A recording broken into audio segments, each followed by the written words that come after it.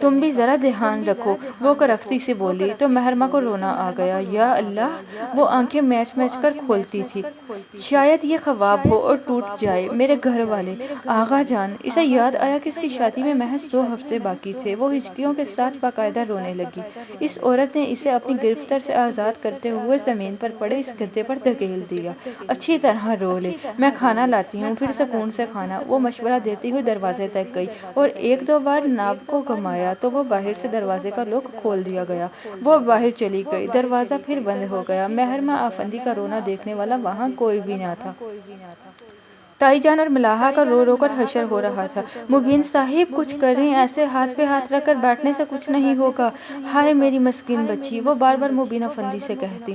حوصلہ کرو صدیقہ، اللہ بہتر کرے گا۔ ان کے اپنے کندھے جھکے ہوئے تھے، گھر کی عزت جانے کہاں رول رہی تھی۔ رونے میں انا آڑے آتی تھی، سب کے سامنے نہ سہی مگر گزری رات وہ اللہ کے حضور سجدہ ریز کتنی ہی دیر آنسو بہاتے رہے۔ ہم نے کسی کا کیا بگاڑا تھا مبین صاحب، نہ کسی کے نفع میں نہ نقصان میں۔ یا اللہ، تائی جان کی بے بسی بے چارگی بن گئی تھی۔ انہیں اپنا ایسا کوئی گناہ یاد نہ آیا جس کی سزا اتنی سنگین ہو، لیکن آگے کی بجائے آدمی کو ہمیشہ پیچھے مڑ کر دیکھنا چاہیے۔ اپنی بہت سی کوتاہیاں نظر آ جاتی ہیں مگر کوئی دیکھنا چاہے تب نہ۔ آغا جان نے پولیس کو مطلع کرنے سے سختی سے منع کر دیا تھا اور گھر کے مرد اس بات سے متفق بھی تھے۔ اس شہر میں جتنی عزت وہ کما چکے تھے، بات پھیلتی تو وہ عزت سڑکوں پر آ جاتی۔ سب ہی غم سے چور تھے اور آغا جان کو اس بات کا صدمہ بھی لگ گیا تھا۔ بے وقوفی کے ہاتھوں طلال کو بھی مہرمہ کی گمشدگی کی اطلاع دے چکی تھی۔ طلال اور اس کے گھر والے رات گئے تک بیٹھے رہے، کوئی فون کوئی اطلاع۔ انکل آپ غلطی کر رہے ہیں، جوں جوں ٹائم گزرے گا مشکل ہوتی جائے گی، پولیس کی مدد لے لینی چاہیے۔ طلال کا بھی یہی مشورہ تھا۔ اس کی پریشانی، دل کی بے چینی اور اضطراب اس کے چہرے، اس کے ہر انداز سے جھلک رہا تھا۔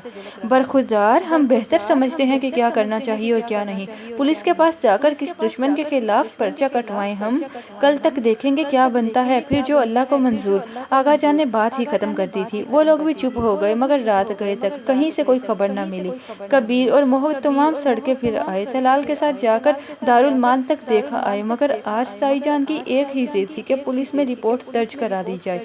بھاڑ میں جائے ایسی عزت جسے بچاتے ہوئے واقعی عزت چلی جائے۔ میں آغا جان سے بات کرتا ہوں، تم اپنے آپ کو سنبھالو صدیقہ، صبر کرو۔ مبین صاحب خود بھی اندر سے ٹوٹ چکے تھے، تحمل سے کہہ کر اٹھ گئے۔ ملاحہ نے ماں کے گلے لگی، چپکے سے آنسو بہانے لگی۔ اس کی نازک سی پیاری سی بہن نہ جانے کن حالوں میں تھی۔ وہ کل سے بھوکی پیاسی تھی، رونا رونا اور صرف رونا۔ اب تو اس کی آنکھیں بھی خشک ہونے کو تھی۔ پوری رات گھر سے باہر گزارنے کا مطلب ایک لڑکی کے لیے کیا ہوا کرتا ہے، اس کا دل اس سوچ کے ساتھ پھٹتا تھا۔ ابھی بھی محض اس نے ناشتے کی ٹرے میں صرف چائے کا کپ اٹھایا تھا۔ وہ عورت اس سے کچھ فاصلے پر بیٹھی تھی۔ کچھ کھا لو، رات سے بھوکی ہو، تم بھی ایک عورت ہو، تمہیں رحم نہیں آتا؟ اگر تمہاری بیٹی کے ساتھ کوئی ایسا سلوک کرے تو تمہارے دل پہ کیا بیتے گی؟ آنکھوں میں آنسو بھرے وہ اس عورت سے دل پہ دینے والے انداز میں کہہ رہی تھی، مگر بڑے بڑے نوٹوں کا لالچ فی الحال اسے قبر کے سانپ بلائے ہوئے تھا۔ یہ چائے ختم کرو، پھر میں بات کرتی ہوں تم سے، عورت نے اکڑ انداز میں کہا۔ اور سچ تو یہ تھا کہ کل سے لے کر اب تک مہرمہ کی ساری ہمت اور اعتماد دم توڑ چکا تھا۔ اب کیا ہوگا کی تلوار سر پر لٹکتی محسوس ہو رہی تھی۔ اس کے اتنی بات کو ہی بہت جان کر مہرمہ نے 2-3 بڑے گھونٹوں میں چائے ختم کر لی۔ اس عورت نے برتن اٹھا کر سائڈ پر رکھ دیے۔ اب وہ اور مہرمہ آمنے سامنے بیٹھی ہوئی تھی۔ دیکھو، میں نہیں جانتی کہ تمہاری اور صاحب کی کیا دشمنی ہے، میں نوکری پیشہ ہوں، مجھے اس کام کی تنخواہ مل رہی ہے، میں وہی کروں گی اور بس۔ وہ ذرا تھیمی تو مہرمہ نے جلدی سے کہا، تم اس سے کہو وہ مجھ سے بات کرے، کیا چاہتا ہے وہ؟ دشمن ہی صحیح مگر خون کا رشتہ تو ہے نا ہمارے درمیان، یہاں سارا انتظام ہے، تم جو بول رہی ہو وہ صاحب سن رہا ہے۔ وہ عورت آرام سے بولی تو مہرمہ چپ سی ہو گئی۔ اتنا ہی بزدل ہے کہ سامنے آ کر بات نہیں کر سکتا تو یہ سارا ڈرامہ کرنے کی ضرورت ہی کیا تھی اسے؟ اس نے لمحہ بھر کے توقف کے بعد تلخی سے کہا تھا، جب پرندے کے پر کاٹ دیے جائیں تو اس کے پاس ماسوائے پنجرے کے ساتھ ساتھ سمجھوتا کرنے اور کوئی راستہ نہیں بچتا۔ لڑکی، تمہاری بھلائی اسی میں ہے کہ تم اپنے آپ کو صاحب کی ہر شرط ماننے کے لیے راضی کر لو، اگر اس قید سے رہائی چاہتی ہو تو۔ وہ بڑے سیانے پن سے کہہ رہی تھی۔ مہرمہ اندر ہی اندر تلملائی۔ نمیر وقار آفندی، یوں بزدلوں کی طرح کیوں چھپ کر بیٹھے ہو؟ اب بتاؤ کتنا حصہ چاہیے تمہیں آغا جان کی جائیداد میں سے؟ اس نے چہرہ اٹھاتے ہوئے اونچی اور تلخ آواز میں پوچھا تھا۔ جواباً کمرے میں خاموشی چھائی رہی۔ مہرمہ کے اندر جیسے غضب کا طوفان کروٹیں لینے بڑھنے لگا۔ افسوس ہے مجھے، بے حد افسوس ہے، تم بھی اپنی ماں ہی کے بیٹے ہونے کا ثبوت دے رہے ہو۔ کاش کہ تم ثابت کرتے اپنے عمل سے کہ تم وقار افندی کے بیٹے ہو۔ یہ مہذبانہ انداز میں طوائف کا بیٹا ہونے کی گالی تھی۔ وہ مہرماں نے نمیر افندی کو دے ڈالی تھی، مگر اس وقت وہ شل ہوتے دماغ کے ساتھ غم و غصے کی جس کیفیت میں تھی، جانے کیا کچھ کہہ دیتی۔ وہ اس گھر میں اپنا مقام چاہتا ہے تو اس سے کہو میں بات کروں گی آقا جان سے، مگر اس قدر گرواہٹ کا مظاہرہ نہ کرے۔ مہرماں نے بے بسی سے اس عورت سے کہا، وہ تم سے نکاح کرنا چاہتا ہے۔ اس عورت نے اس قدر اطمینان سے کہا جیسے کوئی ادھار کی چیز مانگ رہی ہو۔ مہرماں نے ناسمجھی والے انداز میں اسے دیکھا۔ ابتدائی جھٹکا یہی تھا، اس کے ذہن میں اس بات کو جیسے سمجھا ہی نہ تھا۔ وٹ؟ پھر وہ بک سے اڑی۔ دماغ تو ٹھیک ہے تمہارا، وہ گررائی تھی۔ یہاں سے اگر آزادی چاہتی ہو تو تمہاری آزادی کی قیمت یہی ہے، وہ پرسکون انداز میں بولی تھی۔ اس کا دماغ خراب ہے۔ میں 2 ہفتوں بعد میری شادی ہے، وہ میرے ساتھ ایسی بکواس کیسے کر سکتا ہے؟ وہ غم و غصے سے جیسے پاگل ہونے لگی۔ جتنی جلدی فیصلہ کرو گی اتنی ہی جلد یہاں سے آزاد ہوگی۔ اب یہ تم پر ہے کہ تم کتنا وقت لیتی ہو۔ وہ جیسے مہرماں کی بات تو سنتی ہی نہ تھی، اپنی ہی بات کرتی تھی۔ کبھی نہیں، وہ زور سے چیخی، پاگل ہو گیا ہے وہ، میری شادی طے ہے، اور نہ بھی ہوتی تب بھی میں لعنت بھیجتی اس آفر پر۔ اس عورت نے ناگواری سے اسے دیکھا۔ عزت دے رہا ہے تمہیں، پھر بھی تمہارے مزاج نہیں مل رہے۔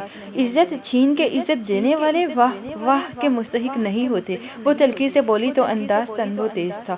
خوش قسمت ہو، عزت کے بدلے عزت ہی دے رہا ہے، ورنہ یہاں اس کی قید میں ہو، جو چاہے سلوک کر لے، کیا کر سکتی ہو تم؟ اب کی بار اس عورت نے چبھتے لہجے میں اسے گویا اس کی موجودہ اوقات یاد دلائی تو مہرماں کا دل کسی کھائی میں جیسے ڈوب کر ابھرا۔ اسے کہو آ کر مجھ سے بات کرے، پلیز، بات کرنے سے ہی مسئلہ حل ہوا کرتے ہیں۔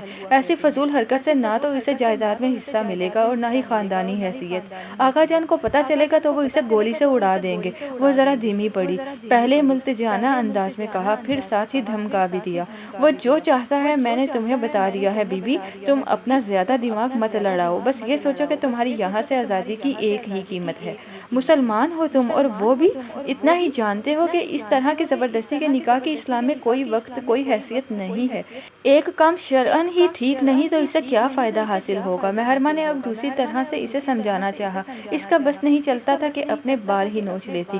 تب ہی وہ عورت اٹھ کھڑی ہوئی۔ مہرماں نے چہرہ اٹھا کر اسے دیکھا۔ جو کام عزت سے ہوتا ہے وہ عزت سے ہی کر لینا چاہیے بی بی، صاحب جی کی قید میں ہو، وہ بنا نکاح کے تمہارے پاس آئیں گے تو تمہیں بھی یہ بات پسند نہیں آئے گی۔ وہ ٹھہرے ہوئے لہجے میں بولی تو مہرماں کا چہرہ سرخ ہو گیا۔ بکواس بند کرو تم بھی، اور اس آدمی کو بھی کہہ دینا میں مر جاؤں گی مگر یہ کام کبھی نہیں کروں گی، کر لے جو وہ کر سکتا ہے۔ غصے سے لال بو کا چہرہ لیے وہ درشتی سے بولی تھی۔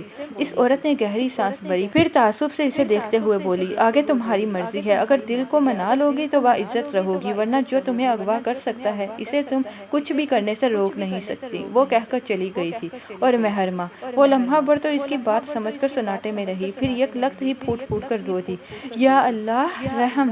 اسے حقیقی معنیوں میں اندازہ ہو گیا تھا کہ وہ کس مصیبت کا شکار ہو چکی تھی۔ آفندی ہاؤس کے مکینوں میں سے کسی کے ذہن میں یہ خیال بھی نہیں آ سکتا تھا کہ نمیر وقار آفندی اس کے اغوا میں ملوث ہو سکتا ہے۔ برسوں پہلے وقار آفندی اور ذوالنگار کے ساتھ ان سب نے نمیر وقار آفندی نامی بچے کو بھی مردہ تصور کر لیا تھا، اور یہ سب سوچیں اتنی خوفناک تھی کہ مہرماں کے آنسو اور ہچکیاں نہ رکتی تھیں۔ وہ دھماکہ ماندہ گھر لوٹا تو سب کو سلام کر کے سیدھا اپنے کمرے کا رخ کیا۔ طلال، پاپا نے اسے آواز دی تو وہ گہری سانس بھرتے ہوئے پلٹا۔ شام کی چائے پر ماما، پاپا اور بھابھی بھی موجود تھی۔ بھابھی کی نگاہوں سے استحاضہ چلکتا تھا۔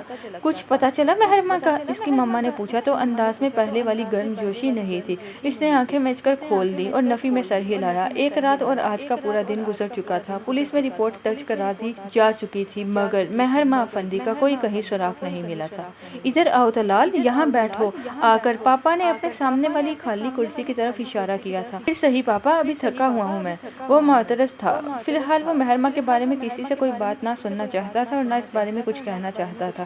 ہمارے پاس اتنا وقت نہیں طلال کہ ہم ایک دوسرے سے نظریں چرائیں، حقیقت سے آنکھ بچا کر گزار دیں۔ بیٹھو یہاں، کچھ باتیں طے کرنی ہیں، آج ہی ہو جائیں تو بہتر ہوگا، پاپا نے قطعی لہجے میں کہا تو اسے بیٹھنے ہی پڑا۔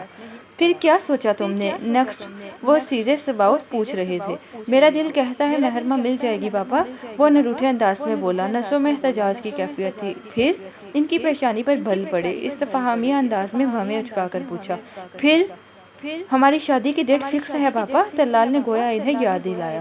شادی تو تب ہوگی جب وہ واپس آئے گی، 2 دن ہو گئے، اس کا کچھ پتہ نہیں، اللہ رحم کرے اس بچی پر، ماما نے آزردگی سے کہا۔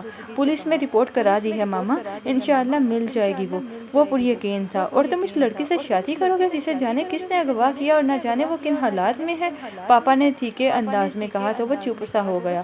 وہ ایک اچھی فیملی کی لڑکی ہے پاپا، اس میں اس کا کوئی قصور نہیں ہے۔ توقف کے بعد وہ بولا۔ اچھی فیملی کی تھی تب ہی شادی طے کی تھی اس سے، مگر اب حالات کچھ اور ہیں طلال، بیوقوفی مت کرو، نہ جانے کیسے ہاتھوں میں گئی ہے اور کس کنڈیشن میں واپس آئے، تم اپنا فیصلہ پہلے سے سوچ کر رکھو، وہ قطعی بڑے مخصوص انداز میں بولے۔ تو وہ تلخ سوچ ایک کڑوی حقیقت بن کر طلال کے سامنے آن کھڑی ہوئی، جس سے وہ کل سے نظریں چرا رہا تھا، بار بار اسے ذہن میں جھٹک رہا تھا۔ ہم بھی خاندان والے ہیں طلال، 10-12 دن بعد شادی کی تاریخ ہے، اللہ جانے کب محرمہ کا پتہ چلے گا، اور اگر عین وقت تک وہ نہ آئی تو ہم کیا بتائیں گے سب کو؟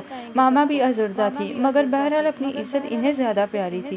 تو آپ ہی بتائیں اب میں کیا کروں؟ وہ بے بس سا کرسی پر گر پڑا۔ وہ بہت بے بس لگتا تھا، دھول سے اٹے بال اور نیند کی کمی کی وجہ سے لال ہوتی آنکھیں۔ ماں باپ کا دل دکھا گئی۔ محرمہ افندی اس کا پیار تھی، بڑی ضد اور مان کے ساتھ اس نے محرمہ کو اپنی زندگی کا ساتھ بنانے کا فیصلہ منوایا تھا، اور اس سلسلے میں وہ اپنی بہو کی ناراضگی مول لے چکے تھے، جس کا ارادہ اپنی بہن کو دیورانی بنانے کا تھا۔ حقیقت پسند بنو طلال، اور حقیقت یہی ہے کہ ایسی لڑکی کو تم اپنی بیوی نہیں بنا سکتے، ماما نے محتاط انداز میں کہا تو وہ بے ساختہ شکوہ کنن نظروں سے انہیں دیکھنے لگا۔ صحیح کہہ رہی ہیں یہ، کس کس کو جواب دو گے سوالوں کا، اور سب سے بڑھ کر یہ کہ اس کا کہیں اتا پتہ ہی نہیں، شادی کی بات تو بعد کی ہے۔ پاپا نے بھی صاف گوئی سے کہا تو سر گرائے بیٹھا، جانے کیا کیا سوچے گیا۔ آج رات کا وقت ہے تمہارے پاس طلال، اچھی طرح سوچ لو، کیا ایسی لڑکی کا ساتھ تم ساری زندگی کے لیے لوگوں کے سوالات اور طنز پہ نظروں کے ساتھ برداشت کر لو گے؟ پھر کل برسوں تک میں ان لوگوں کا جواب دے دوں گا، پاپا نے قطعی انداز میں کہا۔ پاپا پلیز اسے واپس آ لینے دے، پتہ نہیں وہ کن حالات میں ہے۔ وہ ضبط کی انتہا پر تھا، ہنستی مسکراتی خوبصورت خوابوں سے سجی زندگی ایک دم سے اتنا خوفناک موڑ لے لے گی، اس کے سب کے ساتھ وہ بھی دنگ رہ گیا تھا۔ یہی تو میں تمہیں سمجھانے کی کوشش کر رہا ہوں بیٹا، نہ جانے کن حالات سے گزر کر آئے وہ، بہتر ہی ہوگا کہ جگ ہنسائی سے پہلے ہی ہم کوئی فیصلہ کر لیں۔ اور ہاں، میں اسی تاریخ کو تمہاری شادی کرنا چاہتا ہوں، مگر لڑکی محرمہ نہیں ہوگی، مجھے یقین ہے کہ اچھی طرح سوچنے کے بعد تم مجھے حق پر پاؤ گے۔ انہوں نے بات ہی ختم کر دی، طلال سے مزید کچھ سنا ہی نہ گیا، وہ تیزی سے اٹھ کر وہاں سے چلا گیا تھا۔ مما کی آنکھیں نم ہو گئیں، جبکہ بھابھی کے ہونٹوں پر ہلکی سی مسکراہٹ دبی ہوئی تھی، اور آنکھوں میں وہی مزہ لیتی تمسخرانہ کیفیت۔ جاننے کے لیے دیکھتے رہیے انفو ود انم، خواب شیشے کا، قسط نمبر 9، حصہ نمبر 3، محرمہ کے ساتھ کیا ہوا۔